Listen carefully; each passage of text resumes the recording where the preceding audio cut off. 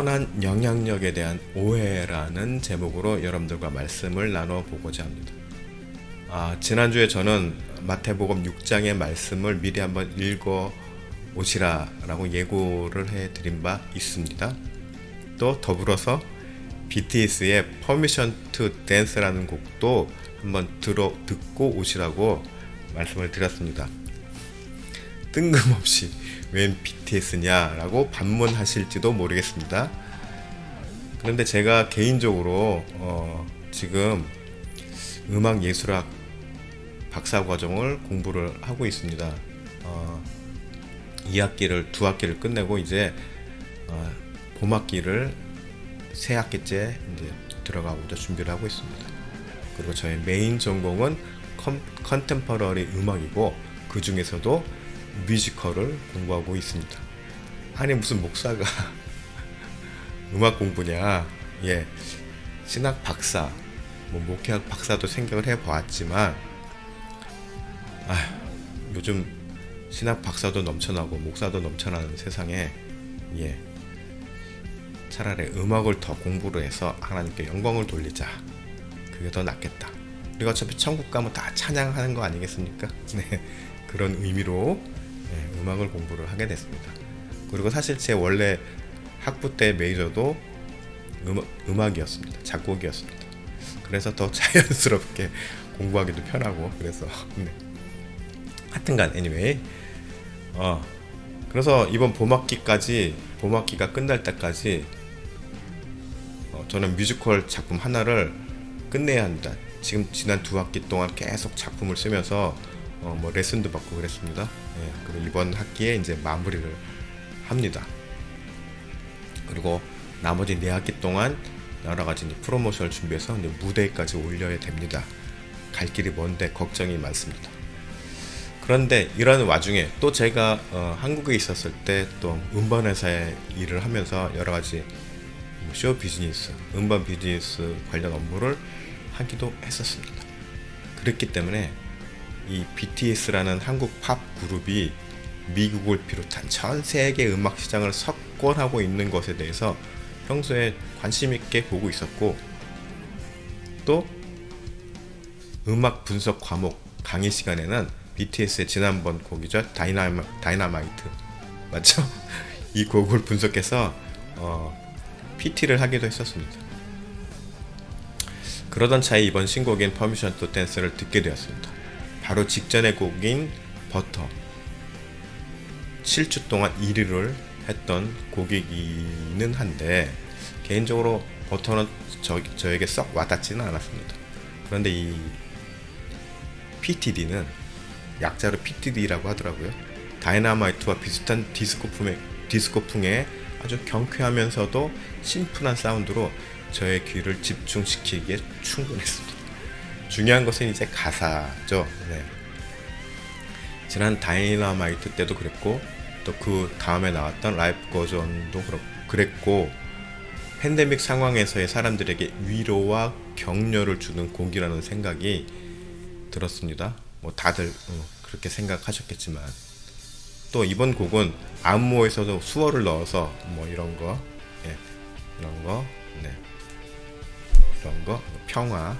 평화, 이런 수어를 넣어서 정말 청각 장애인들에게까지도 메시지를 전달하는 등의 감동을 배가시키는 그런 화제성도 일으켰습니다.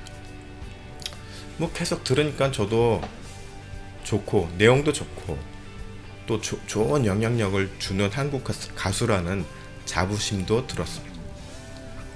그러면서 교회가 바로 이런 선한 영향력을 끼쳐야 하는데 욕이나 먹고 있으니 참 답답하다라는 생각까지 하게 되었습니다. 그런데 그 순간 저의 마음속에 작은 울림이 있었습니다.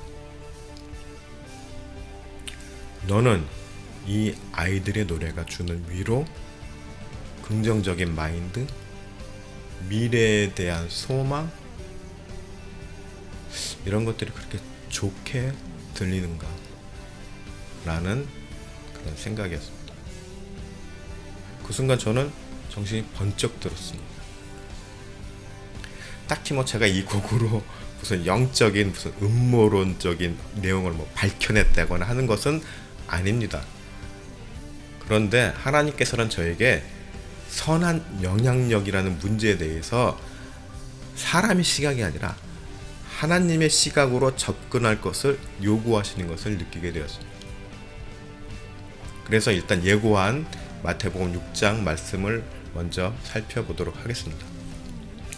주로 1절에서 8절까지의 내용인데 너무나도 유명한 말씀이니까 이 말씀이 의미하는 것이 무엇인지는 아마 여러분들도 잘 알고 계시리라 생각합니다.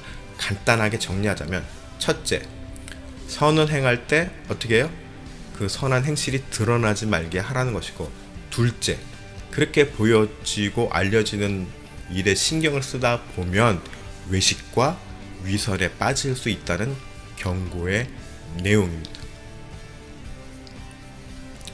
말씀 전체에서 우리들에게 강조하는 부분이 있습니다. 우리가 당연하게 의무로 생각해야 할 계명, 즉 하나님을 사랑하고 이웃을 내 몸과 같이 사랑하는 일에 대해서 은밀하게 해야 한다는 것입니다. 다시 말하면 우리의 선함이 드러나는 것은 하나님의 뜻이 아니라는 것입니다. 왜 하나님은 우리들의 선함이 드러나는 것을 막으실까요?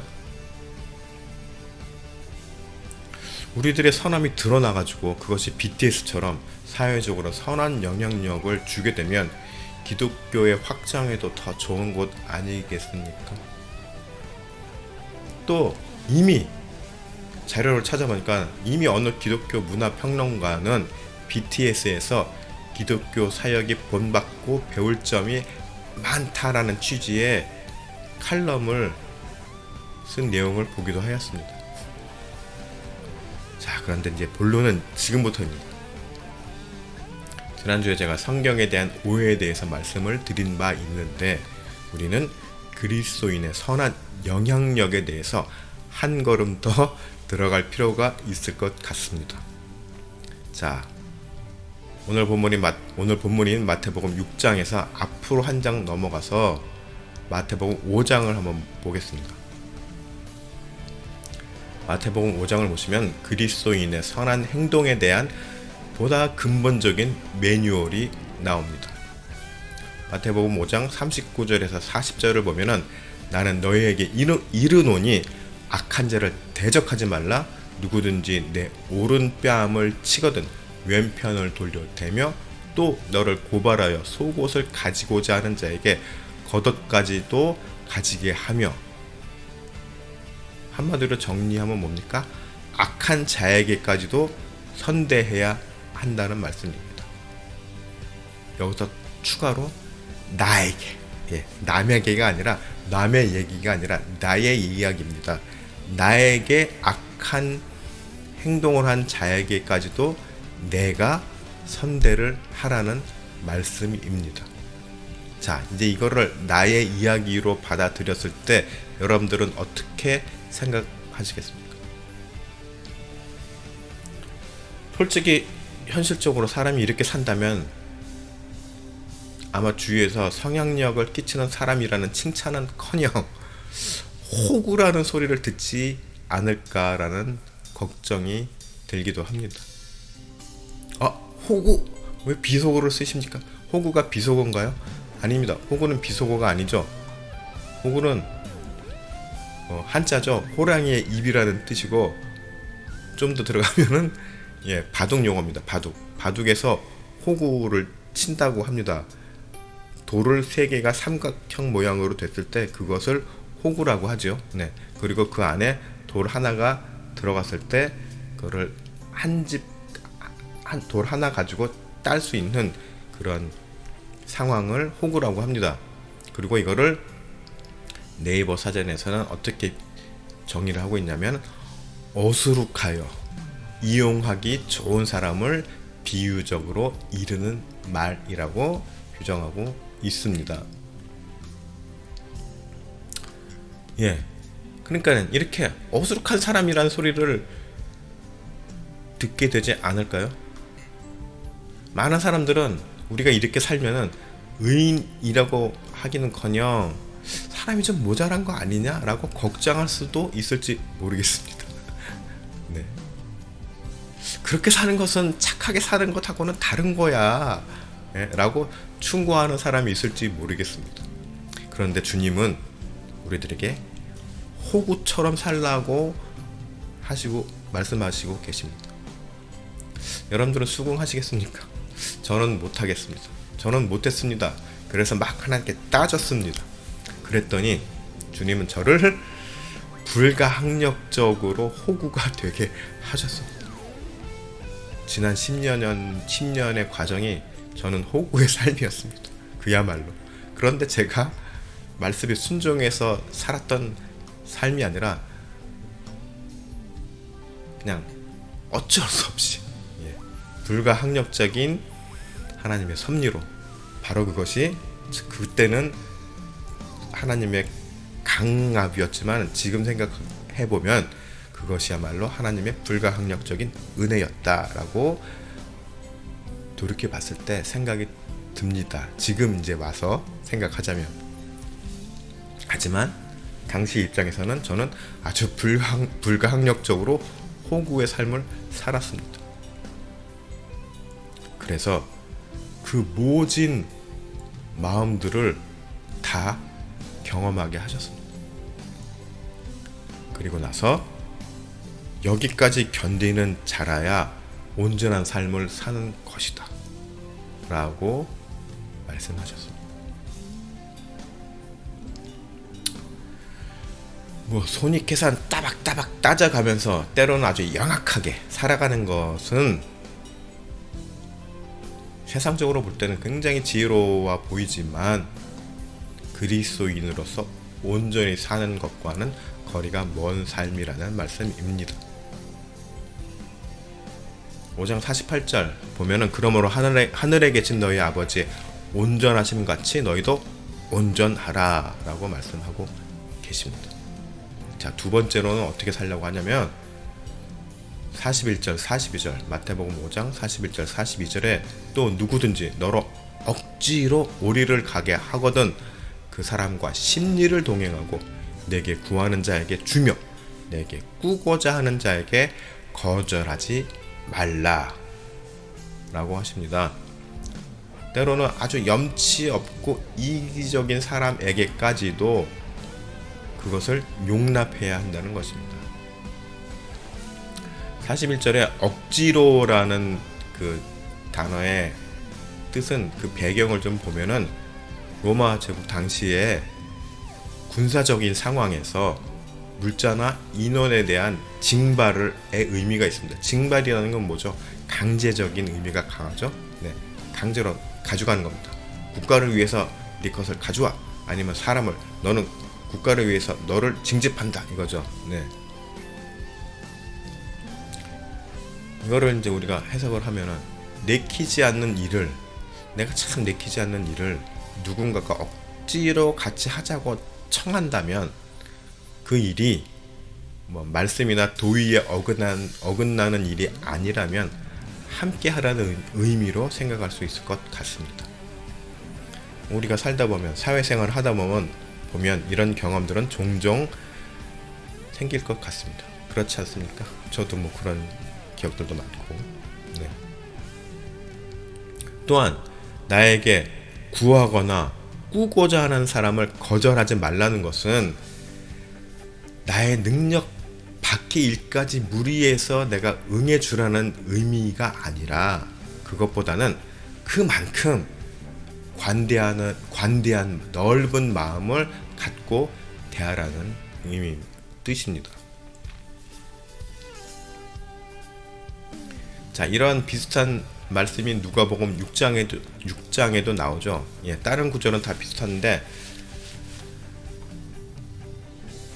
하나 28절 누가복음 6장 28절에 보면은 너희를 저주하는 자를 위하여 축복하며 너희를 모욕하는 자를 위하여 기도하라 라고 또 말씀하고 계십니다. 세 번째로는 심지어 나에게 직접적으로 피해를 주었거나 상처를 주었던 사람을 위해서 그 영을 위해서 기도하고 축복하라는 말씀입니다.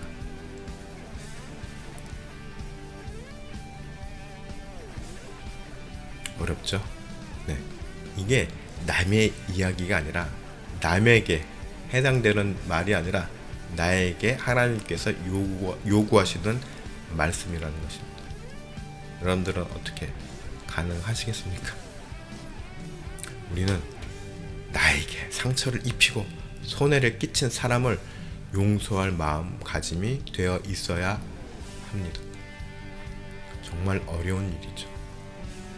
저도 사회생활 하면서 숱하게 사기도 당해보고 상처도 받아보고 또 심지어는 사역을 하면서까지도 여러 사람에게 상처도 받아보고 때론 저 자신도 본의 아니게 누군가에게 상처를 주기도 하였습니다.